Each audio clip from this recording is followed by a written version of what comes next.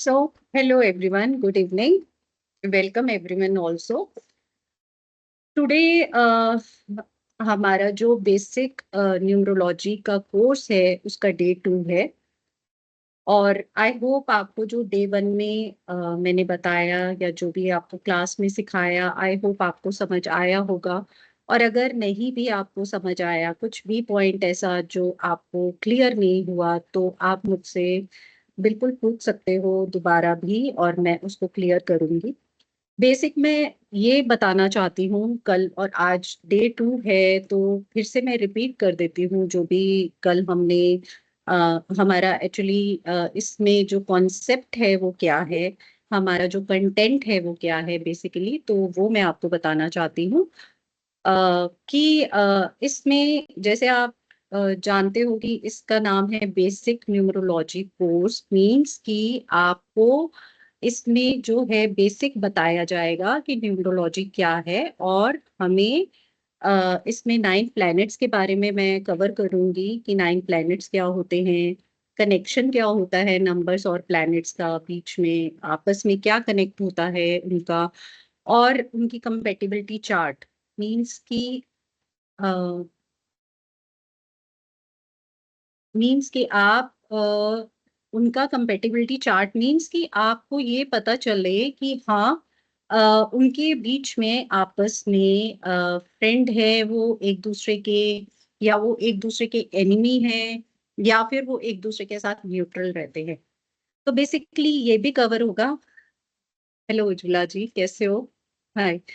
तो basically 9 planets के बारे में इसमें कवर किया जाएगा। जो कंटेंट है वो मैं आपको बताना चाहती हूँ, और उसके बाद उसकी कंपेटिबिलिटी की 9 प्लैनेट्स की आपस में क्या कंपेटिबिलिटी है, फ्रेंडली है, नॉन फ्रेंडली है, या वो न्यूट्रल हैं एक दूसरे के साथ, हमें ये भी देखना है, इसमें ये भी पता चलेगा। और उसके बाद मैं आपको ये बताऊंगी कि पॉजिटिव और नेगेटिव ट्रेड्स क्या हैं नंबर्स के, मतलब जो 9 प्लैनेट्स हैं उनको जो नंबर्स दिया जाता है उन नंबर्स के अकॉर्डिंग क्या उनके पॉजिटिव और नेगेटिव ट्रेड्स हैं। आपका जो पर्सनल ईयर, जो आपका खुद का पर्सनली जो ईयर होता है वो कैसे हम कैलकुलेट करते हैं, आपका पर्सनली जो मंथ है उसको कैसे कैलकुलेट करना है, और आपका जो पर्सनल डे है, मतलब आज का अगर मेरा दिन अच्छा जाएगा या नहीं जाएगा, तो ये कॉन्सेप्ट भी इसमें कवर होगा।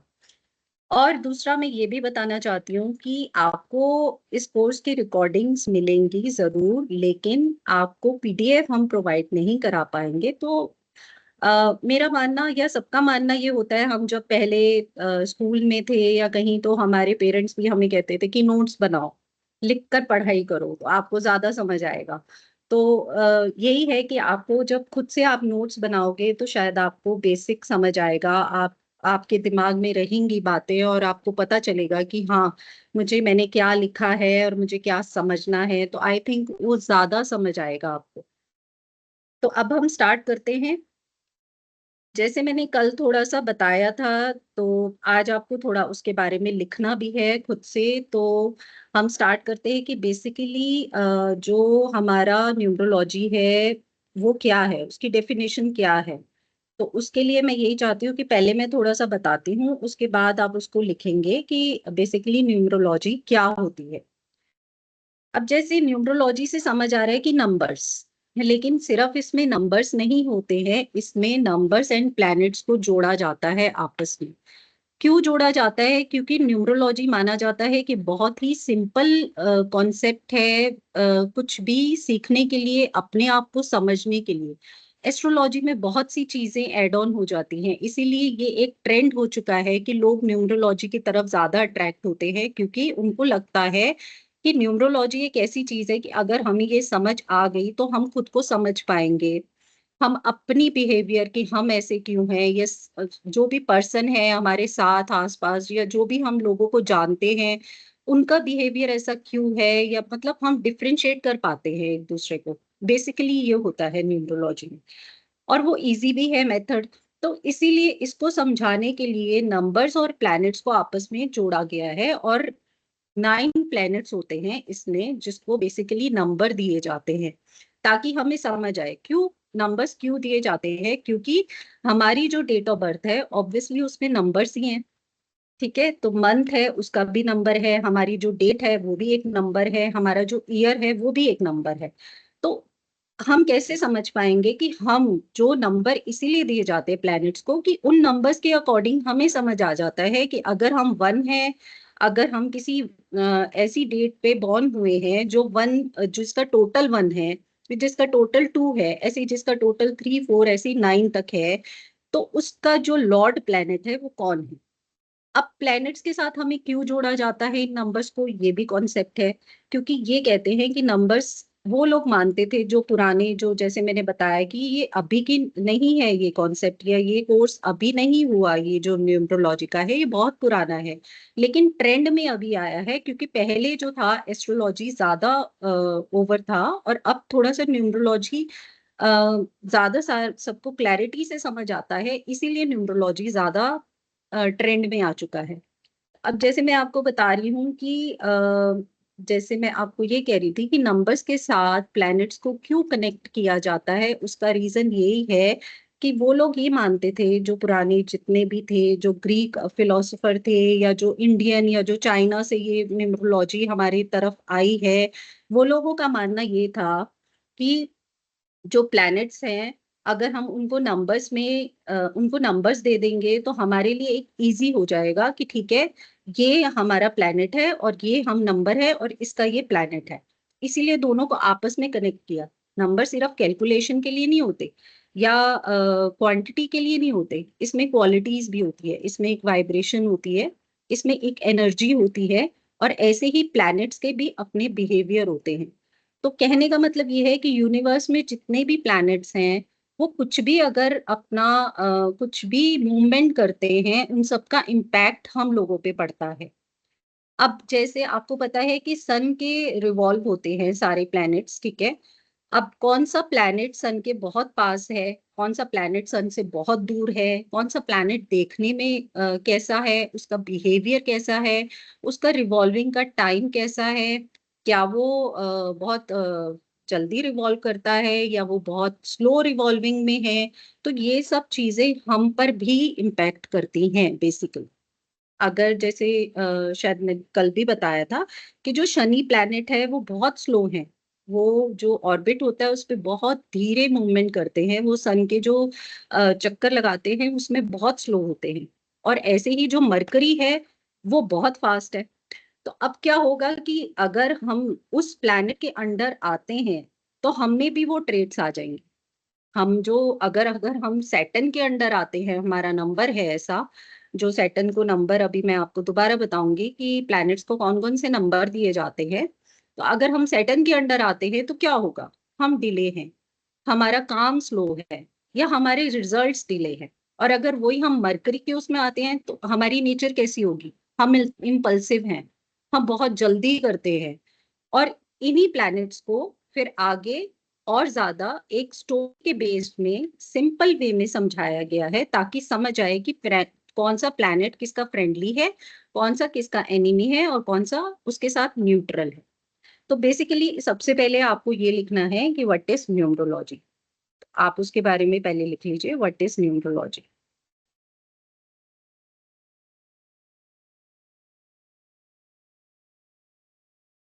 ओके, और आज की डेट हमेशा ये ध्यान रखना है कि आपको आज की डेट लिखनी है। और जैसे मैंने कल ये कॉन्सेप्ट बताया था कि जैसे आज हमारी जो डेट है, आज है हमारी 15। तो जैसे मैंने कल भी बताया था कि जैसे 15 है तो जो कंपाउंड नंबर है उसको हमें सिंगल में ना लाना है, क्योंकि हमें ये देखना है कि आज का डे कौन से प्लैनेट को रिप्रेजेंट कर रहा है। तो अगर हम आज का डे देखें तो हमारी 15 डेट है, ठीक है। तो हम 15 का नीचे लिखेंगे वन और फाइव को प्लस करके कि आज हमारा सिक्स नंबर है। तो सिक्स नंबर क्या हुआ, सिक्स नंबर का जो प्लैनेट है वो वीनस है। कल मैंने इसके बारे में बताया था क्लास में कि कौन से प्लैनेट्स को कौन से नंबर दिए जाते हैं, मैं आज फिर से रिपीट करूंगी वो सब जो कल बताया था। तो बेसिकली आप ये लिख लीजिए कि what is numerology. Okay, so numerology is the believe in the, numerology is the belief in the mystical, mystical और सिंबॉलिक रिलेशनशिप। मैं हर जो वर्ड है उसको थोड़ा धीरे ही बोलूंगी और दोबारा रिपीट भी कर दूंगी, तो आप मतलब अपनी स्पीड के अकॉर्डिंग उसको लिख सकते हैं। Numerology is the believe in the mystical और symbolic relationship between numbers and events, between numbers and events in your life. I repeat, numerology is the belief in the mystical or symbolic relationship between numbers and events in your life.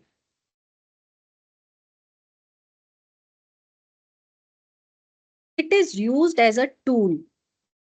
It is used as a tool for insight into personality. It is a tool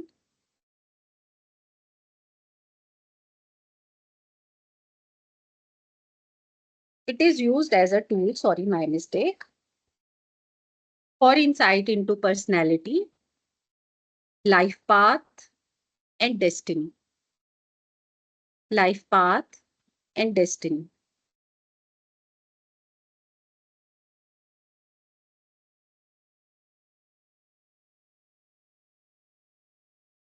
Done? Okay. Next. It is rooted in ancient philosophies. It is rooted in ancient philosophies and mathematical concept.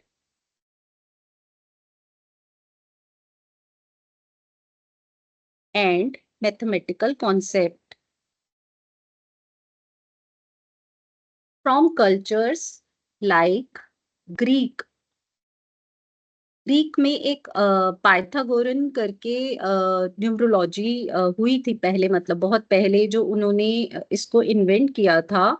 तो वो Pythagoras एक philosopher थे, एक mathematician थे। उन्होंने numbers को क्या किया कि वो नंबर्स को एक स्पिरिचुअल मानते थे, और उन्होंने उन नंबर्स को कनेक्ट करना चाहा यूनिवर्स के साथ, और देखना चाहा कि जो प्लैनेट्स हैं, अगर वो सन है एक, या अगर वो मून है, तो उनका बिहेवियर कैसा है, और उसके अकॉर्डिंग उनको नंबर्स के साथ कनेक्ट किया। तो ये पाइथागोरस ने ये इन्वेंट किया था। और ये जो जैसे मैंने बताया कि न्यूमरोलॉजी अभी का नहीं है, ऑलमोस्ट इसे 2500 ईयर्स हो चुके हैं, लेकिन कॉन्सेप्ट में अब आया है, बहुत मतलब सामने अब आया है, ट्रेंड में अब आई हैं ये चीजें। और ये इसीलिए बहुत इजी कॉन्सेप्ट भी है। जब आप इसको करोगे तो आपको खुद को लगेगा कि ये बहुत इजी है, मुझे बहुत अच्छे से समझ आ रहा है, मुझे सब समझ आ गया। तो मेरा मानना ये है कि बहुत अच्छे से समझ आएगा। तो cultures like Greek, Pythagorean, Indian and Chinese traditions, Indian and Chinese traditions,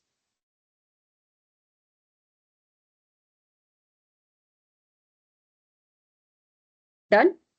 they believed that, वो लोग ऐसा मानते थे, they believed that,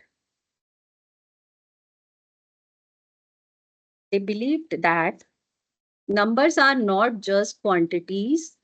They believed that numbers are not just quantities. जैसे मैंने अभी आपको बताया कि नंबर सिर्फ क्वांटिटीज नहीं होते कि हमें उनको गिनने के लिए जरूरत पड़ती है कि ये कितना है और वो कितना है, हमें कैलकुलेशन की जरूरत पड़ती है, ऐसा नहीं है। उनका मानना ये था कि numbers are not just quantities but qualities, इनमें एक क्वालिटी भी होती है।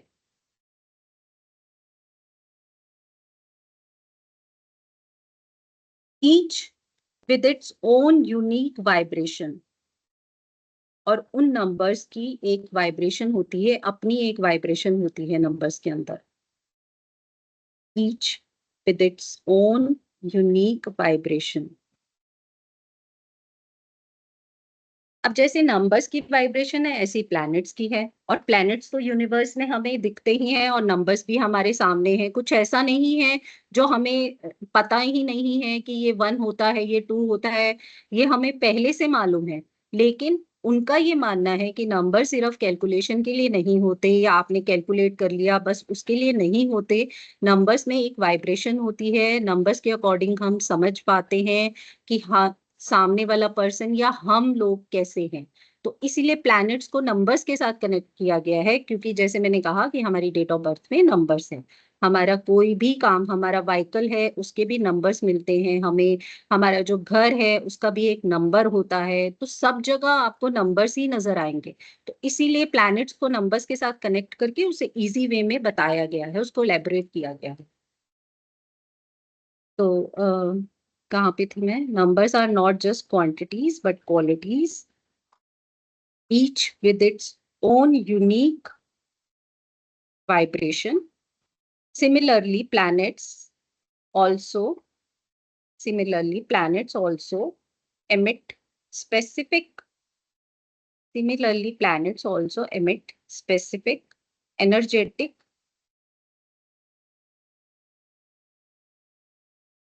planets also emit specific energetic frequencies. उनमें भी ऐसे एनर्जेटिक फ्रीक्वेंसीज होती है जो हमारी पर्सनैलिटी, हमारे इवेंट्स, हमारे इमोशंस, इन सब पर इन्फ्लुएंस करती है। Influencing our energetic frequencies influencing our personality,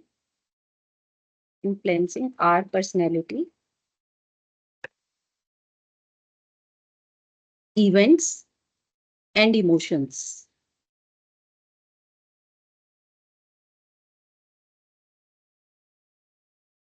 next आपको लिखना है, नेक्स्ट पॉइंट आपको लिखना है, each planet is represented by each planet is represented by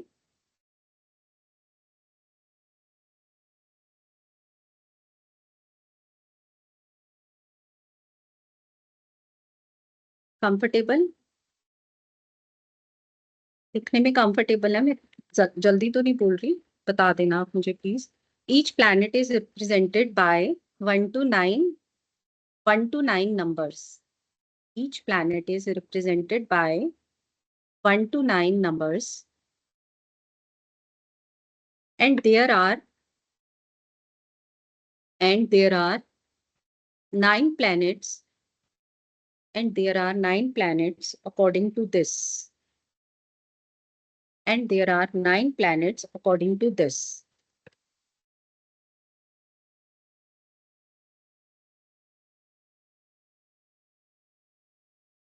Next. Planets are believed to influence. Planets are believed to influence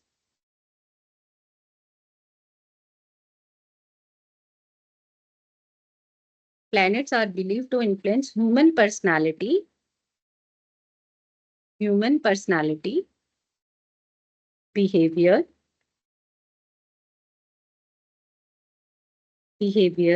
and destiny. Planets are believed to influence human personality, behavior, and destiny. Each planet is associated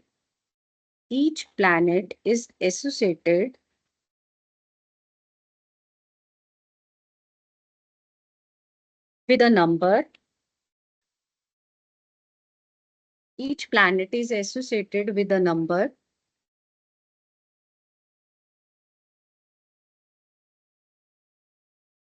and has a unique traits.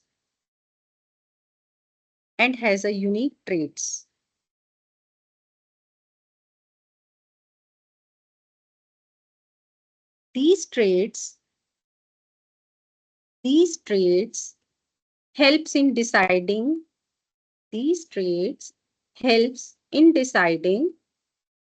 one's strength. These traits helps in deciding one's strength, weakness, and potential.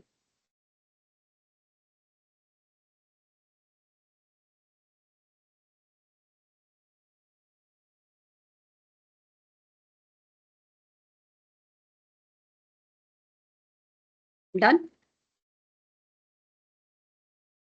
Okay. अब जो हम कल वाले concept पे आते हैं, जो मैंने बताया था आपको कि 1 to 9 प्लैनेट्स हमें मतलब उसको क्या क्या नंबर्स दिए हुए हैं। सबसे पहले सन, क्योंकि सन बहुत इंपॉर्टेंट है, क्योंकि उसके उसके आसपास ही रिवॉल्व करते हैं बाकी प्लैनेट्स, तो इसीलिए फर्स्ट नंबर पे सन को रिप्रेजेंट किया गया है। तो 1 नंबर सन को दिया गया है, तो ऑब्वियस आपने कल भी लिखा है, तो मैं वो दोबारा से रिपीट कर रही हूँ। 1 नंबर रिप्रेजेंट सन, 2 नंबर रिप्रेजेंट मून, 3 नंबर दिया गया है जुपिटर प्लैनेट को, 4 number is for Rahu, 5 number is for mercury, 6 number is for Venus, 7 is for Ketu, 8 is for Saturn,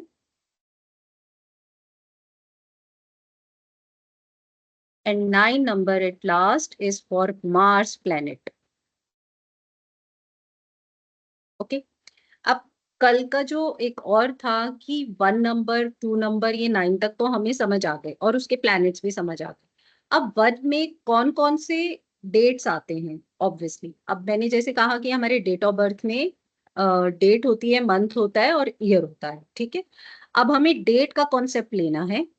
जो भी 1 नंबर में आते हैं, मींस जिनका भी लॉर्ड प्लैनेट सन है, उनकी डेट्स होती हैं 1, 10, 19, 28। अब अगर आप कंपाउंड नंबर को ऐड करोगे तो आपके पास 1 ही आएगा। तो जो भी लोग इस डेट पर बॉर्न होते हैं उनके लॉर्ड प्लैनेट सन है। ओके। अब आएंगे हम 2 पर। तो 2 के जो डेट्स होती हैं वो होता है सिंगल 2, 11, 20, 29। डन। तो इस डेट के जो भी लोग होंगे उनका जो प्लैनेट लॉर्ड होंगे वो मून होंगे। नेक्स्ट है 3 नंबर। तो सिंगल 3, 12, 21 एंड 30। नेक्स्ट 4। राहु के कौन सी डेट्स उसमें रिप्रेजेंट होती हैं? 4, 13, 22 एंड 31। यहां तक 4 डेट्स होती हैं, क्योंकि 31 एंड हो गया, 31 तक ही डेट्स होती हैं। उसके बाद जितने भी प्लैनेट्स हैं उनको 3 डेट्स मिली हैं बस। अब नेक्स्ट आएगा हमारा 5, मरकरी। मरकरी में डेट्स आती हैं 5, 14, 23। नेक्स्ट हमारा 6, वीनस। 6 की डेट्स होती हैं 6, 15, 24। 7, 7 की डेट्स हैं 7, 16, सॉरी 25, 8। सैटर्न में आते हैं 8, सिंगल 8, 17, 26। 9, 9 में आते हैं सिंगल 9, 18 एंड 27। डन। ठीक है। अब ये हमें पता चल गया, ऑब्वियस है, अब डेट ऑफ बर्थ के डेट से पता चल जाएगा कि हमारे लॉर्ड प्लैनेट कौन है। और एक और चीज लिख लीजिए, ये जो मैंने आपको डेट का कॉन्सेप्ट कल समझाया था कि कंपाउंड नंबर को सिंगल में लाना है 1 to 9 नंबर्स में, इसी को हम बोलते हैं पर्सनैलिटी नंबर।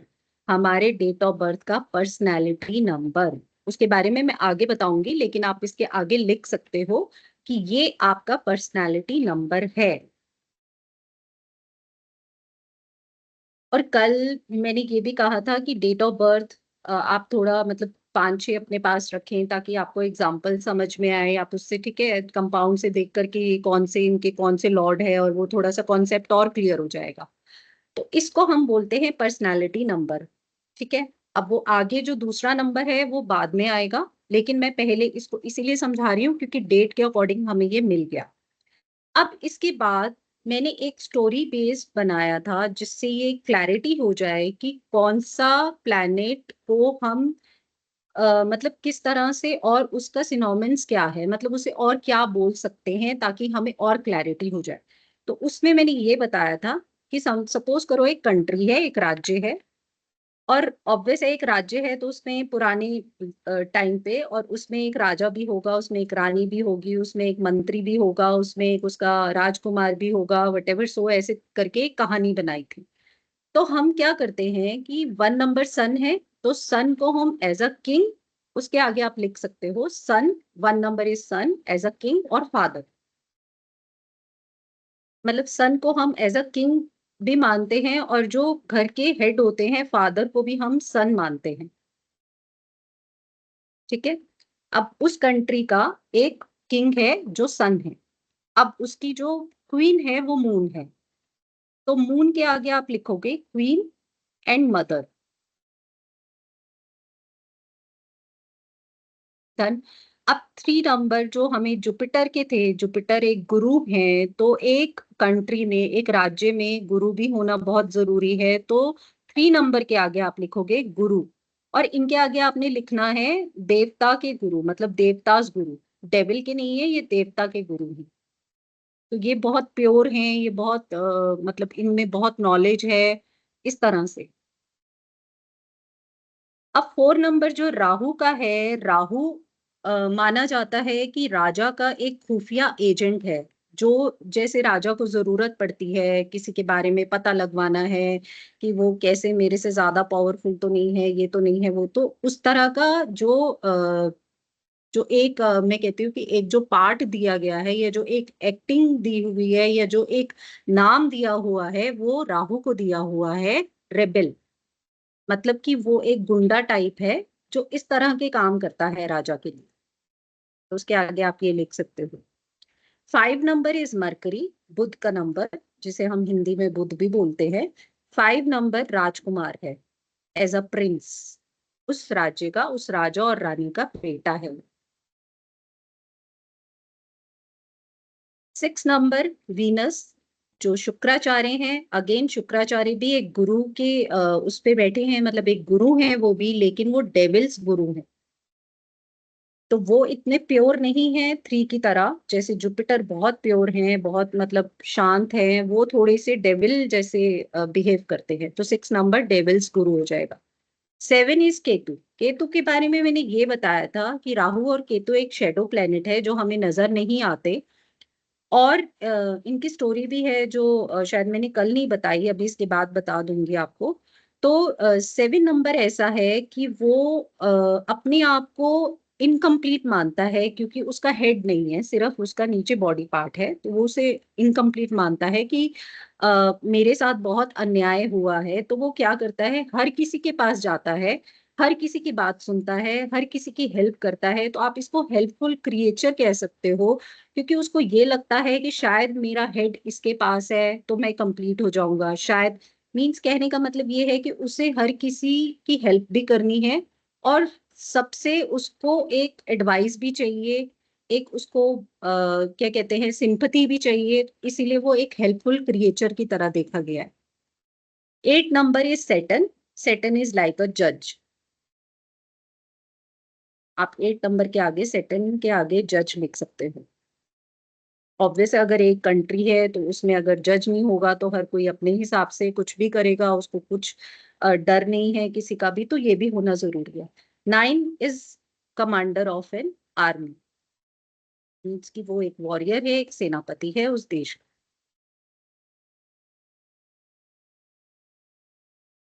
बेसिकली ये हमारे पास करेक्टर्स आ गए सारे, right.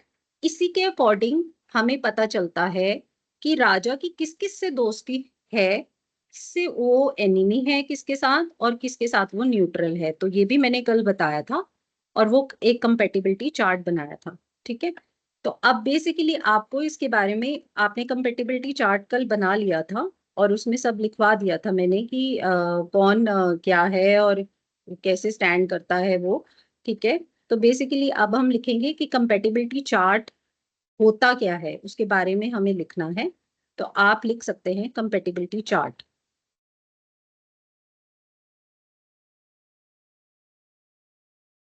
In numerology the compatibility chart of planets in numerology, the compatibility chart of planets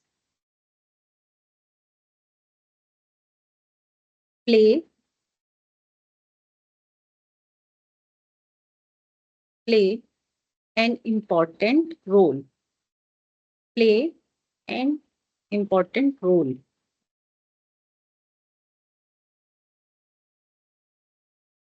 which helps to understand which helps to understand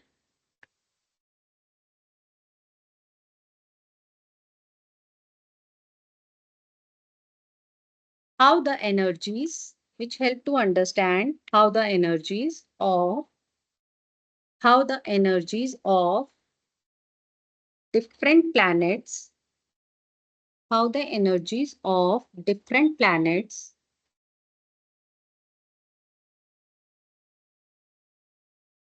interact with interact with each other.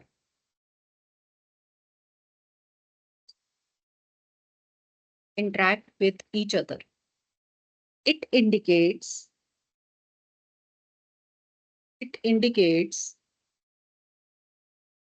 which planetary traits it indicates which planetary traits harmonize which planetary traits harmonize well and which may lead to conflicts and which may lead to conflicts.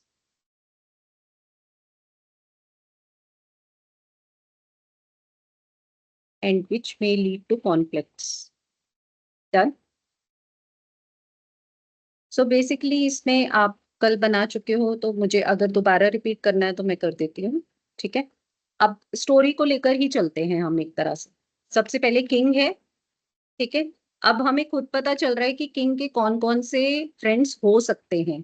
Obviously सबसे पहले जो king सबसे ज्यादा जिसको prefer करता है वो होता है सेनापति, कमांडर ऑफ एन आर्मी, क्योंकि किंग को हमेशा ये रहता है कि मुझे एक्सपैंड करना है अपना जो भी रीजन है उसको मुझे बाहर और ज्यादा बढ़ाना है। तो 9 नंबर, सेनापति का नंबर है 9। तो किंग का जो सबसे पहला दोस्त है वो 9 है। उसके बाद है 2।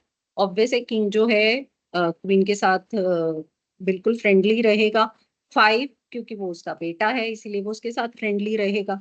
3 वो गुरु हैं इसीलिए। 6 वो भी एक तरह से गुरु हैं इसीलिए। और 1 साथ में, जैसे मैंने बोला था कि हर एक प्लैनेट अपने प्लैनेट का फ्रेंड होता है, मतलब अब 1 और 1 का फ्रेंड ही होगा, एनिमी में नहीं आएगा, ना ही न्यूट्रल में आएगा।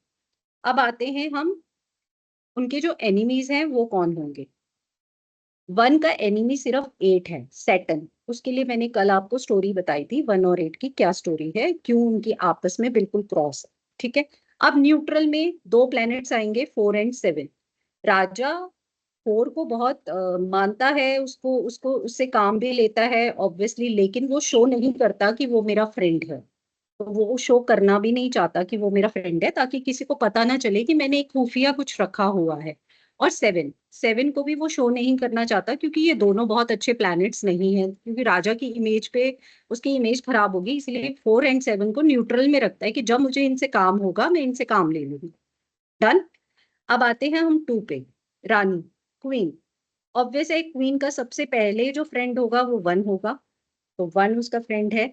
उसका जो किंग सॉरी उसका जो प्रिंस है 5 नंबर, वो भी उसके फ्रेंड है। फिर उसके बाद जो जुपिटर हैं, जो गुरु हैं, वो भी उनके फ्रेंड है, 3 नंबर। ठीक है, उसके बाद 2 इटसेल्फ, 2 का फ्रेंड होता है। अगेन इनकी एनिमी कौन है, 4, 8, 9। इसके बारे में मैंने बताया था। 4 8 क्यों, 8 तो राजा की वजह से, रानी भी उनको पसंद नहीं करती है।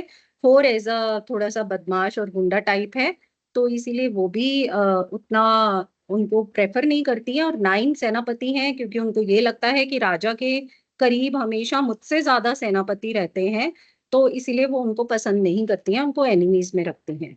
अब आते हैं हम न्यूट्रल पे। 2 का जो न्यूट्रल है वो 6 और 7 है। 6 क्योंकि वीनस का नंबर है, जैसे मैंने बताया था कि लग्जरी होती है वीनस के पास, तो रानी को तो सब चीजें चाहिए उनको। वो हर हर समय उनको लगता है कि मुझे ये भी चाहिए वो भी चाहिए, तो लग्जरी उनको बहुत अट्रैक्ट करती है, इसीलिए वो उसको न्यूट्रल में रखती हैं। और 7 अगेन, उनको जब काम होगा, कोई हेल्प चाहिए होगी, वो 7 को अपने पास न्यूट्रल में रखेंगी। अब आते हैं हम 3 पे, जुपिटर। जुपिटर के जो फ्रेंड्स है वो है 1, अगेन जुपिटर के फ्रेंड है 5, 3, 2 एंड 7। 1 5 3 2 एंड 7, वो जुपिटर के फ्रेंड है। जुपिटर की सबसे ज्यादा एनिमी या दुश्मनी 6 के साथ है, क्योंकि उनको लगता है कि मेरे सामने कोई नहीं है, मैं ही सबसे ऊपर हूँ, तो गुरु है तो मैं ही माना जाऊं।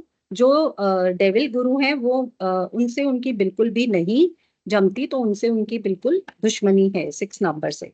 और उनके न्यूट्रल में है 4 8 9 7। उनके न्यूट्रल में है 4 8 9 7। ठीक है, अब आते हैं हम 4 पे, राहु। राहु के जो फ्रेंड है वो 7, 1, 5, 6।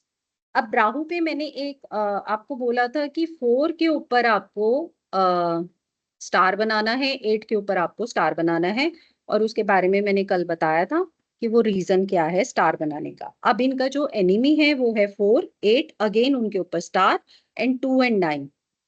और इनके न्यूट्रल हैं 3, क्योंकि वो गुंडा टाइप हैं, तो उनको गुरु गुरु से कोई इतना खास दोस्ती ना उनकी दुश्मनी, तो मतलब ठीक है, वो रिस्पेक्ट करते हैं, लेकिन वो डेविल हैं खुद राहु, इसीलिए वो अपने गुरु को ज्यादा प्रेफर करते हैं, देवता के गुरु को वो इतना उसमें नहीं लेते, तो उनको न्यूट्रल रखा हुआ है उन्होंने। अगेन हमारे पास आएगा 5। एक सेकेंड, मैं 2 मिनट के लिए excuse-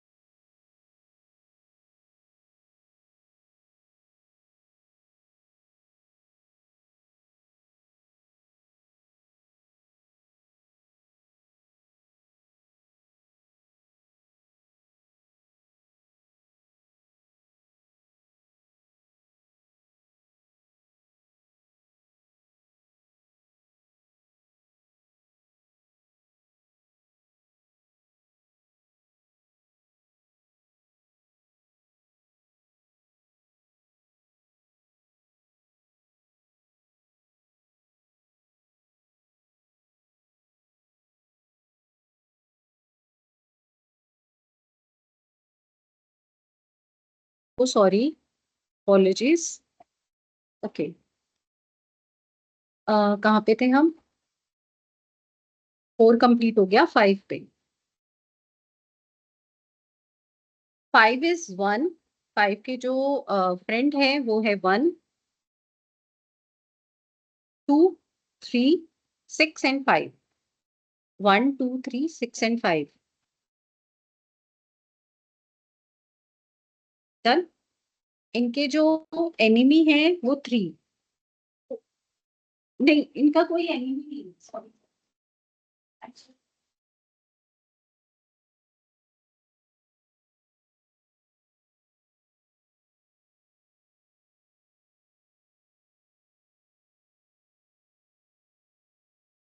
तो इनका कोई एनिमी नहीं है 5 का। ठीक है, क्योंकि प्रिंस है वो सबके साथ बनाकर चलते हैं, उनको किसी से दुश्मनी नहीं है, तो वो किसी के साथ दुश्मनी नहीं रखते हैं। Sorry, any famous. Okay, neutral है इनके 7 8 9 4, 7 8 9 एंड 4। अगेन 6 नंबर वीनस, इनके एनिमी है, इनके फ्रेंड्स हैं 5 7 6 1, 5 7 6 1। इनके फ्रेंड्स हैं 5 7 6 1, इनके एनिमीज हैं 3। अगेन अगर 3 जुपिटर इनको दोस्त नहीं मानते हैं, दुश्मन मानते हैं, तो शुक्राचार्य को भी जुपिटर पसंद नहीं है। तो इन दोनों की आपस में, सुना है आपने 36 का आंकड़ा, तो ये रहता है इन दोनों के बीच में, ठीक है। और इनके जो न्यूट्रल है वो 2 4 8 9 है। इनके neutral 2 4 8 9।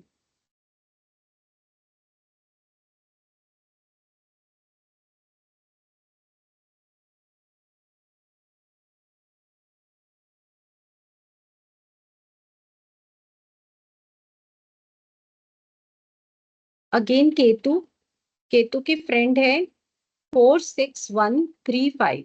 4 means Rahu, 6 means Venus, 1 means Sun, 3 means Jupiter, 5 means Mercury. तो ये ऐसे आपको याद भी होने चाहिए कि 1 नंबर पे सन, और इसीलिए आप थोड़ा सा और ज्यादा रिलेट कर पाओगे आगे। अगेन केतु के भी कोई भी एनिमी नहीं है। जैसे मैंने बोला कि केतु हर किसी से हेल्प चाहता है, तो उनके साथ ऐसे रहता है, तो केतु का कोई एनिमी नहीं है। न्यूट्रल में आते हैं 2 4 8 9। केतु न्यूट्रल में 2 4 8 9। सैटर्न, सैटर्न के जो फ्रेंड्स हैं वो 5 6 3 7, 5 6 3 7। अगेन 4 एंड 8 पे आपको स्टार लगाना है, फ्रेंड्स में ही आते हैं वो। 4 एंड 8 जैसे 4 में लगाया था, ऐसे आपको 8 में भी करना है। इनके नॉन फ्रेंड्स है 4 एंड 8 स्टार। और मैंने ब्रैकेट में लिखवाया था लॉन्ग टर्म, और इसका कल मैंने बताया भी था आपको कि लॉन्ग टर्म कैसे, अगर ये मतलब बहुत लंबा अगर रहेंगे एक दूसरे के साथ तो एनिमी हो जाएंगे। ये बस थोड़ा सा अगर टेम्परेरी एक दूसरे से मिलते हैं तो ठीक रहेंगे, लेकिन अगर परमानेंट एक दूसरे के साथ रहने लग जाते हैं तो फिर इनमें मतलब ये एनिमी हो जाते हैं, इनमें दोस्ती नहीं रहती है। अगेन इनके जो न्यूट्रल है वो 9 है, ठीक है। अब आएंगे हम लास्ट में 9, मार्स में। मार्स के जो फ्रेंड है वो 153 है। मार्स के फ्रेंड 153 है। मार्स के एनिमी 4 एंड 2 है। न्यूट्रल 6 7 8 9 है। न्यूट्रल 6 7 8 9 है।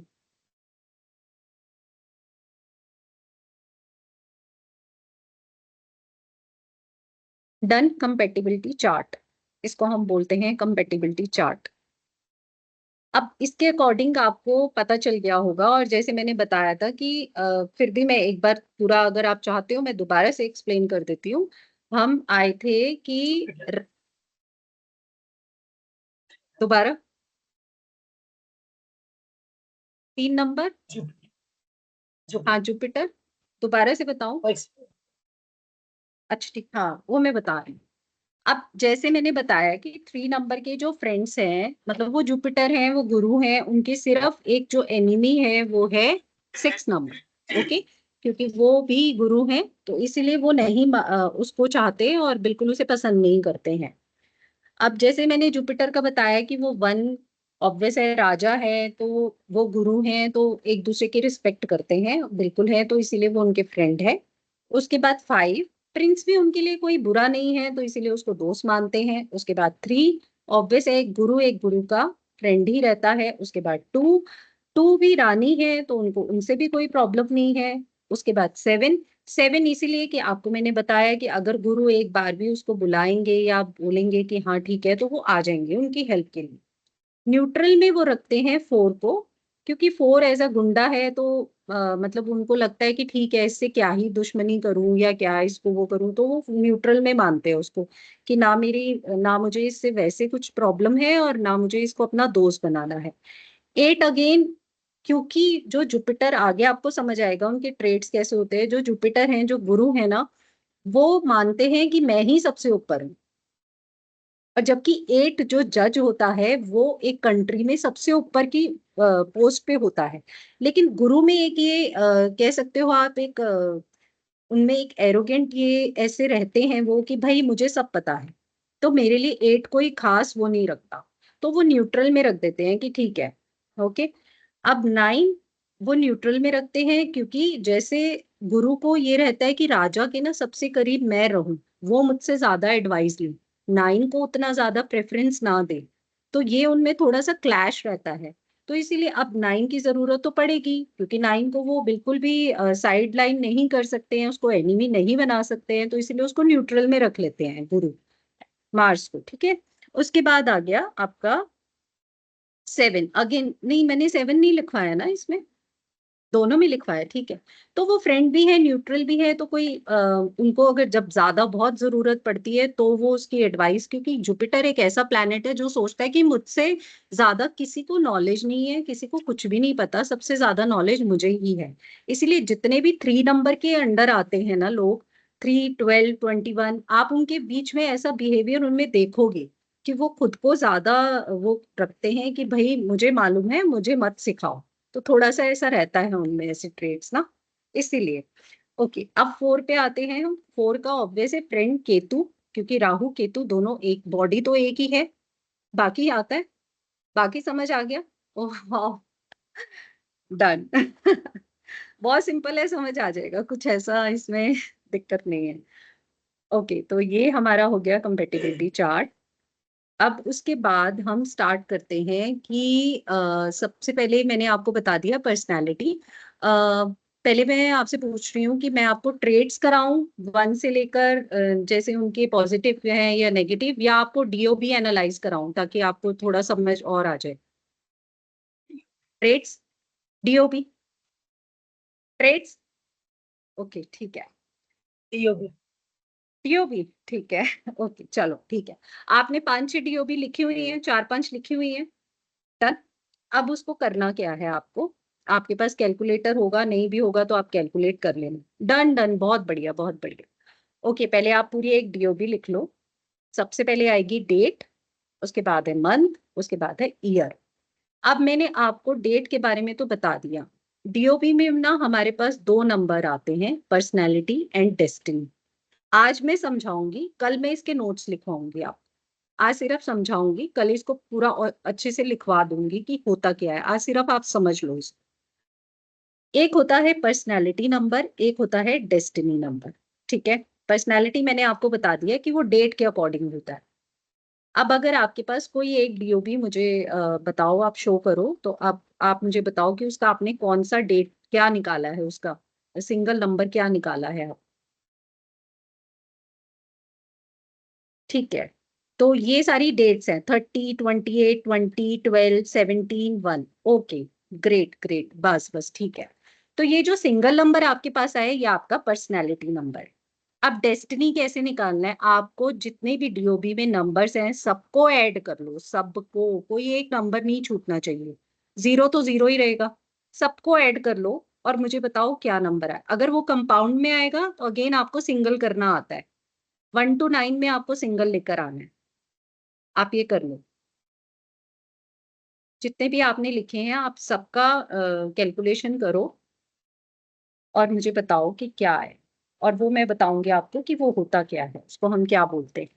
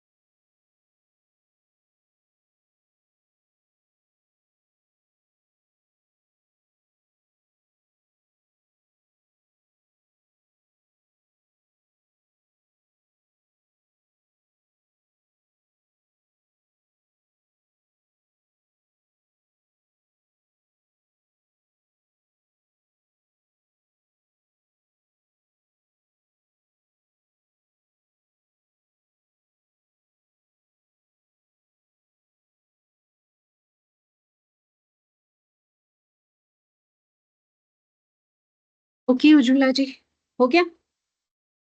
कर लो आराम से, अभी टाइम लगेगा इसमें, आप आराम से करो। I am wait.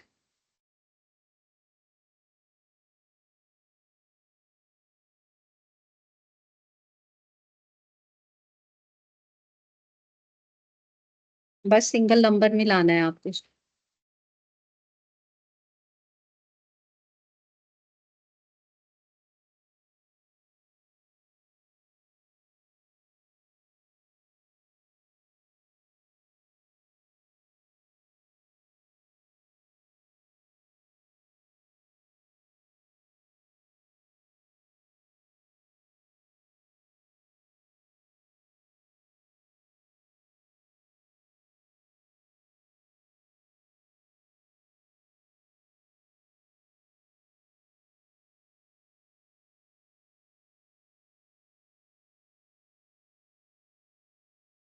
Wow great. 33 2005 इस 13 से 4। ओके, ठीक है। अब आपने इस जब जो सब सिंगल नंबर में लाए हो, पहला जो डेट का नंबर हमें मिला था वो हमारी पर्सनैलिटी, डेट ऑफ बर्थ में से हमारी पर्सनैलिटी नंबर है। जो हमें दूसरा नंबर जो टोटल किया है आपने डेट ऑफ बर्थ का, वो हमारी डेस्टिनी नंबर है। तो हमारे पास डेट ऑफ बर्थ में दो नंबर हमें मिलते हैं जो बहुत इंपॉर्टेंट रोल प्ले करते हैं हमारी लाइफ में। आपको समझ आ रहा होगा नाम से, पर्सनालिटी मीन्स कि हमारी पर्सनालिटी, हमारे लाइक्स, हमारे डिसलाइक्स, हमारा बिहेवियर ये कैसा है। इसके नोट्स में आपको मतलब मैं कल लिखवाऊंगी बहुत आराम से। और हमारी डेस्टिनी नंबर, कि हमारा डेस्टिनी मीन्स कि हमारा लाइफ पाथ, उसके लॉर्ड कौन से होंगे।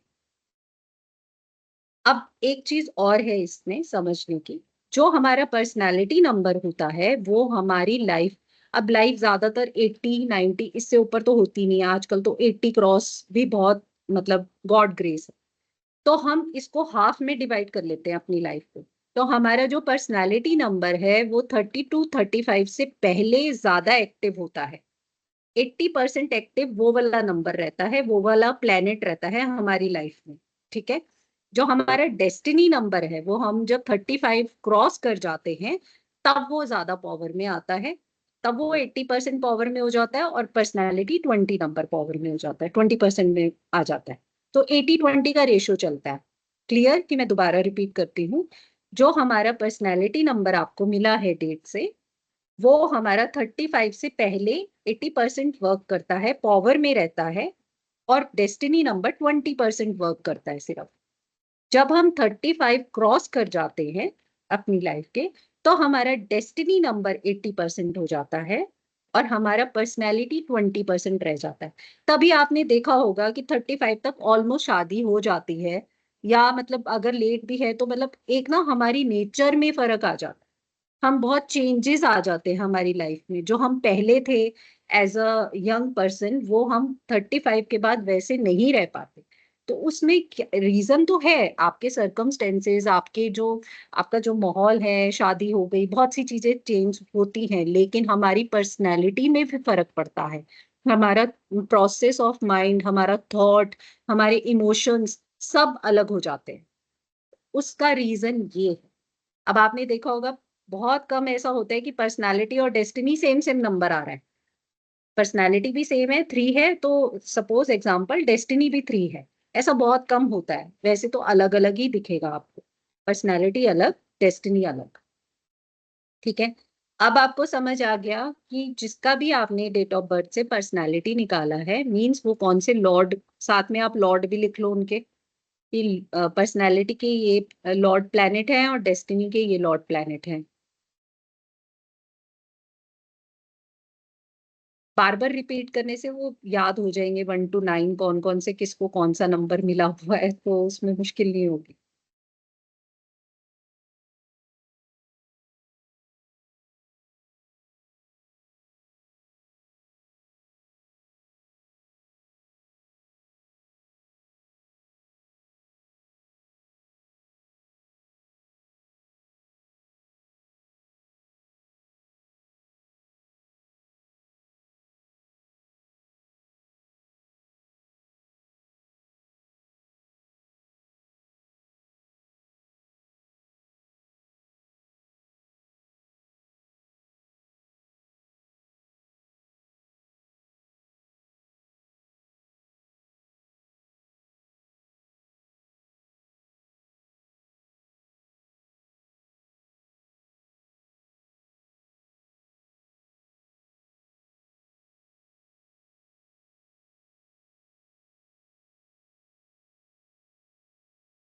Wow, great. अच्छा, 3 तो 9 है डेस्टिनी में, मंगल का नंबर है। वाह। मतलब 35 के बाद थोड़ा सा एग्रेशन बढ़ जाएगा इनमें, चलो ठीक है। अब हम अब बेसिकली हमें समझ आ गया। तो आपको खुद की अभी समझ आएगा, देखना आप बहुत रिलेट करोगे, अगर हाँ अगर ऐसा क्यों हो रहा है, पहले तो मुझे ऐसे नहीं था, अब मैं ऐसी क्यों हो गई हूँ। तो मतलब ऐसा भी होता है। अब इसमें भी एक कॉन्सेप्ट है कि एक बस, हमारी लाइफ सपोज करो एक बस है, हम बस में बैठे हुए हैं, हमारी लाइफ चल रही है, ठीक है, वो बस है। अब जो बस का ड्राइवर है वो पर्सनैलिटी नंबर होता है, ठीक है। अब सब स्टेयरिंग उसके हाथ में है, चल रहा है वो, उसे पता है हमें कहाँ लेके जाना है उसने। और जो बस का कंडक्टर होता है, जो पीछे उसका भी रोल होता है, वो डेस्टिनी नंबर होता है। अब मैं आपको कंडक्टर ड्राइवर इसीलिए थोड़ा सा बता रही हूँ, आप कह रहे हो कंफ्यूज ना हो जाओ। मतलब ये, अब सपोज करो हमारी बस का ड्राइवर और कंडक्टर फ्रेंडली है, दोनों फ्रेंडली है, बहुत दोस्ती है आपस में। ड्राइवर समझ लो 1 है, सन है, और जो हमारा कंडक्टर है वो 9 नंबर है, ठीक है। तो भाई कैसी चलेगी लाइफ, कैसी चलेगी लाइफ की बस, कैसी चलेगी, बहुत स्मूथ। क्योंकि जैसे कंडक्टर उसको इंस्ट्रक्शन देगा, ड्राइवर कहेगा हाँ भाई ठीक है, तो जैसे कहता है मैं वैसे चलूंगा, ड्राइवर कहेगा नहीं ऐसे, तो वो मानेगा, दोनों एक दूसरे की मानेंगे। अब सपोज करो ड्राइवर और कंडक्टर दोनों एनिमी हैं, तो लाइफ कैसी चलेगी? नॉट स्मूथ, अप डाउन्स, दोनों में कॉन्फ्लिक्ट्स, इधर नहीं मुड़ना उधर जाना है, वो जैसे कहेगा वो नहीं मानेगा, वो जैसे कहेगा वो नहीं मानेगा। अब आपको समझ आ रहा है? अब अगर दोनों न्यूट्रल हैं, कहते नहीं हम बिल्कुल न्यूट्रल है, हमें कोई फर्क नहीं पड़ता, तो भी लाइफ थोड़ी स्मूथ, बहुत अच्छी नहीं चलेगी, पर ठीक है, मैनेजेबल रहेगी, ठीक है, मैनेजेबल रहेगी। अब इस कॉन्सेप्ट को आप अपने जो डेट ऑफ बर्थ में आपने डेस्टिनी पर्सनालिटी और डेस्टिनी निकाली है, आप देखो कि क्या वो फ्रेंडली है, और आगे लिख लेना, अगर जो मैंने आपको चार्ट बनवाया है, क्या वो फ्रेंडली है, क्या वो एनिमी है, क्या वो न्यूट्रल है। आप एक बार उसको ये भी लिख लो, ताकि और कॉन्सेप्ट समझ में आएगा कि लाइफ स्मूथ चलेगी बहुत मजेदार, या life up and down zigzag चलेगी, या बहुत मतलब ठीक है मैनेजेबल चलेगी, न्यूट्रल में।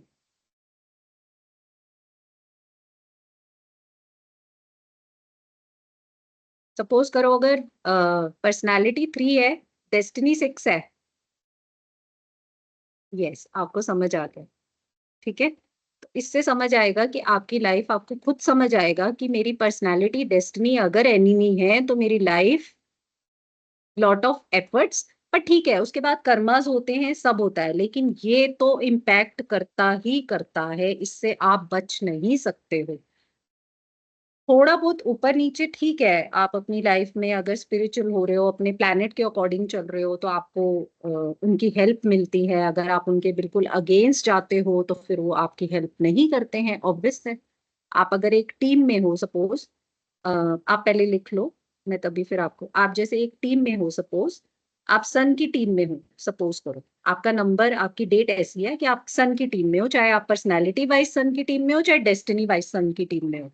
अब सन क्या चाहेंगे कि आप उनकी तरह बनो, वो कभी नहीं चाहेंगे कि आप राहु के बिहेवियर को लेकर आओ।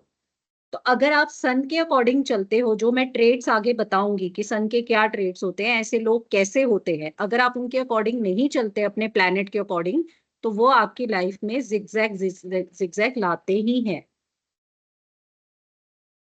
ठीक है। हाँ, तो हर कोई सोचता है कि मेरी टीम का मेरे से ही सारे करेक्टरिस्टिक्स मेरे जैसा बिहेवियर करे तो मैं इसकी हेल्प करूंगा, ये होता है।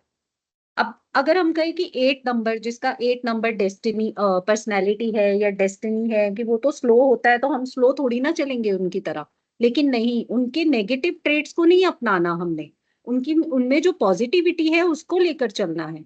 जैसे हमें हमें एक जज करना है कि ठीक है, अगर ये चीज गलत है तो गलत है, वो मेरे लिए भी गलत है, मैं इसको एक्सेप्ट नहीं करूंगी या करूंगा, क्योंकि वो जज हैं, वो जज करते हैं हर चीज को, तो हमें वैसे चलना है, ठीक है। और भी आगे चीजें हैं जो मैं साथ साथ बताती रहूंगी कि इस प्लैनेट्स में कौन कौन से क्या ऐसा कर सकते हो जिससे वो थोड़ा सा आपको स्टेबल रहोगे, आप आपके साथ खुश रहेंगे कि ठीक है ये ऐसा कर रहे हैं, तो वैसे तो वो नहीं है पर मैं इसमें ऐड ऑन कर दूंगी और थोड़ा सा अच्छे से समझाने के लिए कि क्या होगा, उतना तो चलता है, कोई बात नहीं।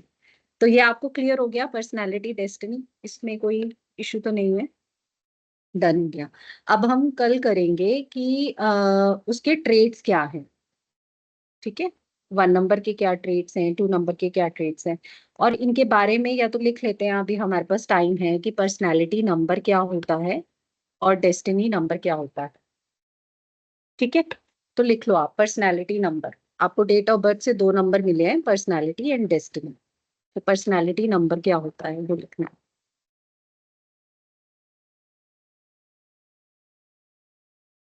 Depends on the date you are born on, depends on the date you are born on।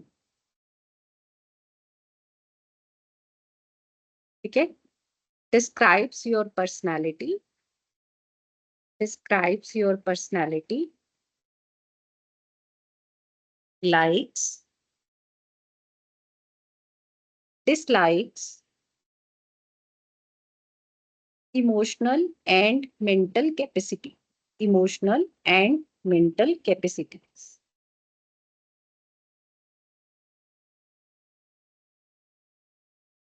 It's majorly predominant in the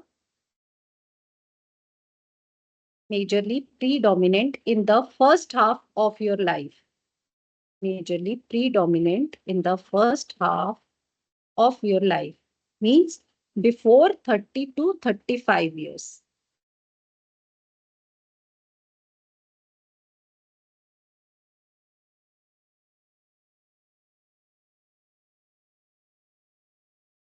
जो 80 और 20% का मैंने रेशो बताया वो भी आप लिख लो, कि पर्सनैलिटी 80% वर्क करती है और डेस्टिनी 20% वर्क करती है इस टाइम पे। Okay, now it's destiny number. Destiny number, it is like a conductor of your बस, बस ऑफ लाइफ, और वो आपका ड्राइवर है, सॉरी वो भी आप एक ऐड कर दो कि पर्सनैलिटी नंबर आपका ड्राइवर ऑफ अ बस है, ऑफ लाइफ, आपकी लाइफ की बस का ड्राइवर है पर्सनैलिटी नंबर, और डेस्टिनी नंबर उसका कंडक्टर है।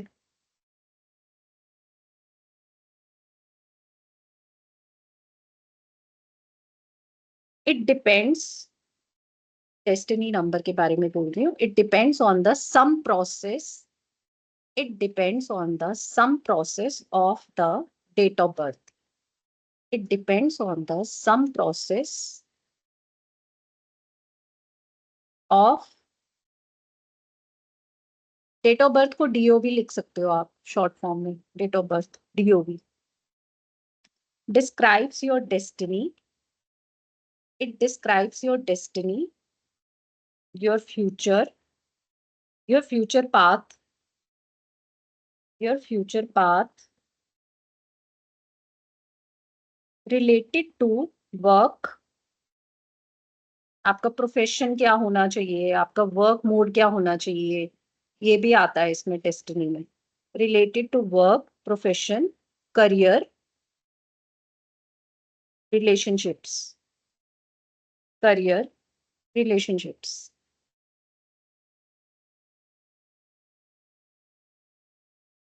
Majorly predominant in the second half of your life, majorly predominant in the second half of your life।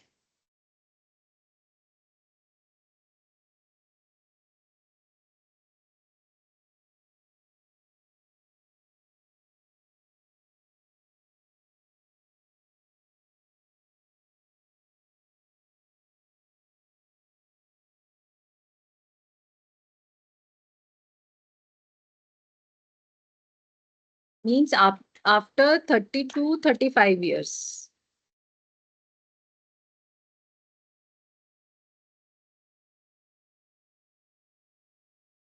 एक जर्नल वो लिख लो आप एक मतलब जर्नल, एक बात कह सकती हूँ या पॉइंट कह सकती हूँ, आप लिख सकते हो। तो वीडियो स्टक हो गया।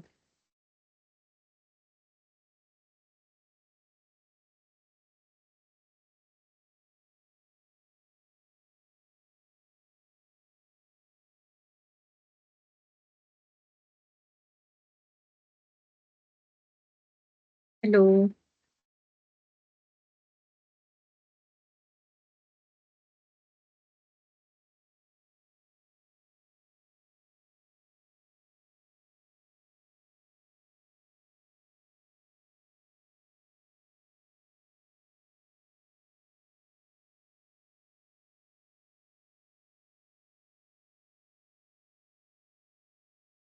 Hello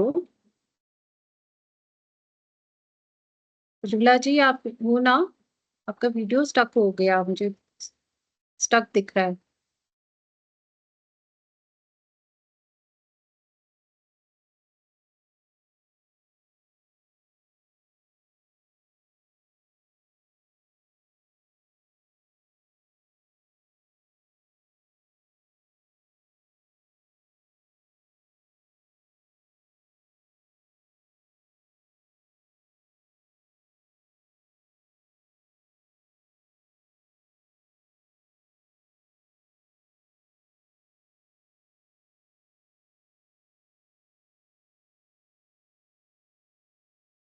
hello Dilpreet, are you there? Hello.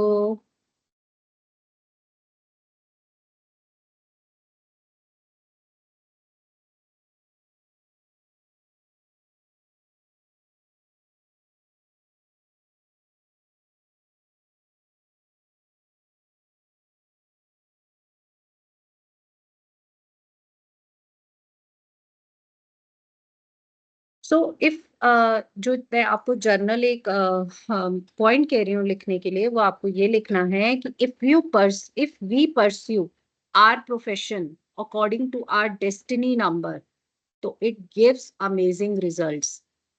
अगर हम अपनी डेस्टिनी नंबर के अकॉर्डिंग अपना प्रोफेशन चूज करते हैं, तो वो हमें बहुत अच्छे रिजल्ट्स देता है। अगेन इस कोर्स में प्रोफेशन और वो सब नहीं है, पर मैं थोड़ा सा ऐड कर दूंगी, नो डाउट। जो भी प्लैनेट्स हैं उनको उनके अकॉर्डिंग प्रोफेशंस भी उसमें मतलब उनके उनको एक प्रोफेशंस का एक पार्ट मिला हुआ है कि ये प्लैनेट के अगर कोई पर्सन है तो उनको इस प्रोफेशन को सूट करना चाहिए। अगर कोई मून से रिलेटेड है, मून उनका लॉर्ड प्लैनेट है, तो उनको ये प्रोफेशन में जाना चाहिए। तो अगर वो बेसिकली अपने प्लैनेट्स के अकॉर्डिंग।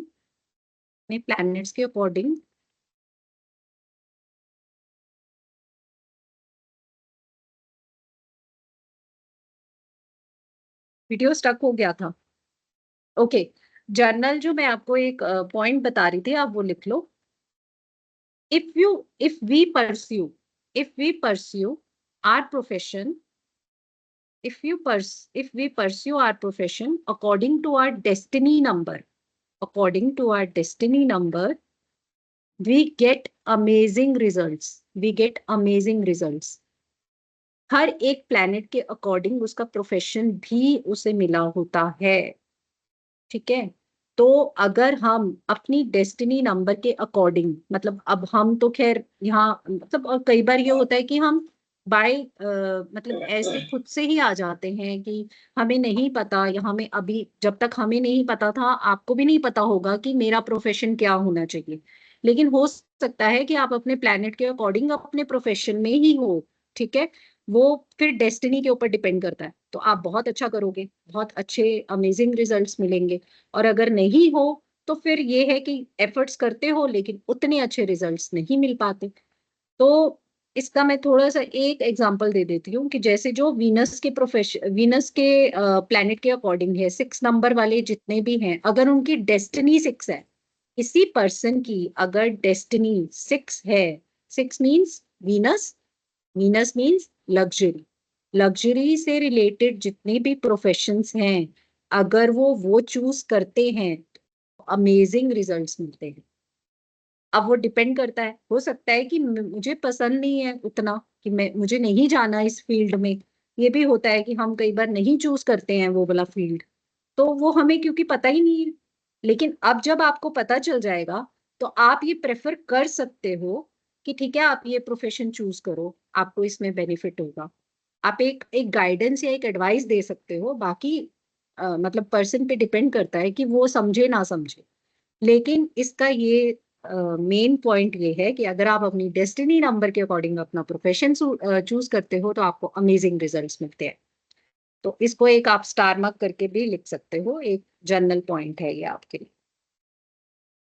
ठीक है, अब आप मुझे बताओ कि कल और आज में जितना भी किया है उसमें से अगर आपको कुछ भी थोड़ा सा भी डाउट है कि मुझे ये पॉइंट समझ नहीं आया, तो आप मुझसे पूछ सकते हो। और बाकी आप एक बार फिर रिकॉर्डिंग देखोगे तो आपको और अच्छे से समझ आ जाएगा कि क्या है इसके अंदर। ठीक है, तो कल फिर हम करते हैं ट्रेड्स। ट्रेड स्टार्ट कर देंगे कि 1 नंबर के पॉजिटिव, फिर उसके बाद मैं आपको नेगेटिव बताऊंगी, और क्या क्या रह गया है वो भी थोड़ा सा बता देती हूँ। 9 प्लैनेट्स के आपको ट्रेड्स वो भी आपको नोट्स बनाने हैं, लिखना है।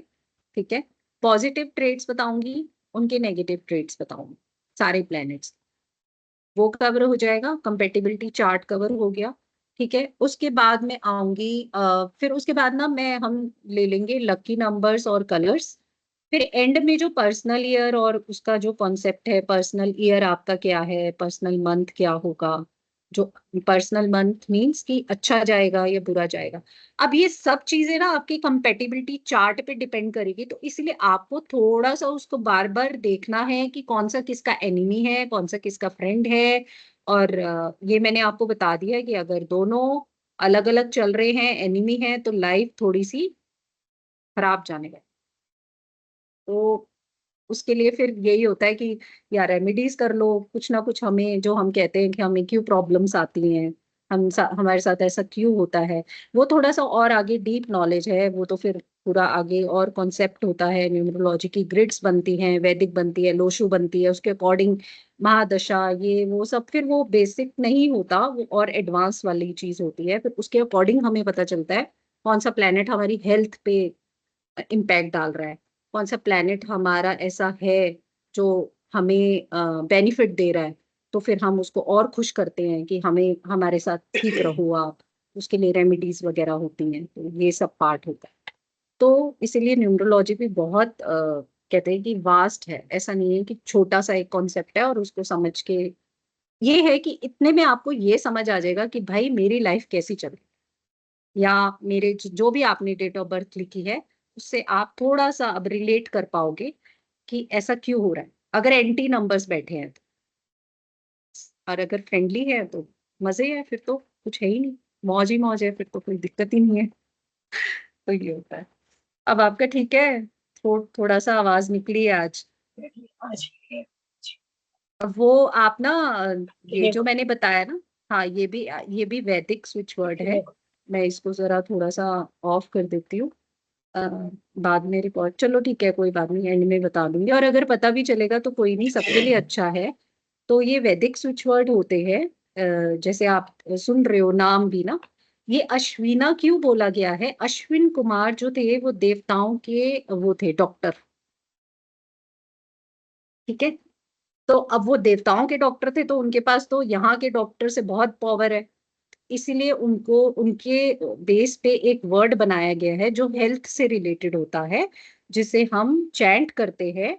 आप जितना इसको बैठ के चैंट करोगे, और पहले मैनिफेस्ट करना है, पहले आपको सोचना है आप किस प्रॉब्लम के लिए कर रहे हो बेसिकली, तो वो करने के बाद आप इसको चैंट करो बैठ के, जितना कर सकते हो आपको रिलीफ मिलेगा। अब जो दवाई है वो तो खैर अपनी जगह है, पर ये चैंट करते रहो आप, मजेदार है, अच्छा है। तो फिर आज क्लास इतनी करते हैं फिर कंप्लीट, फिर मिलते हैं, आप अपना ध्यान रखो। कल फिर मिलते हैं नए टॉपिक के साथ।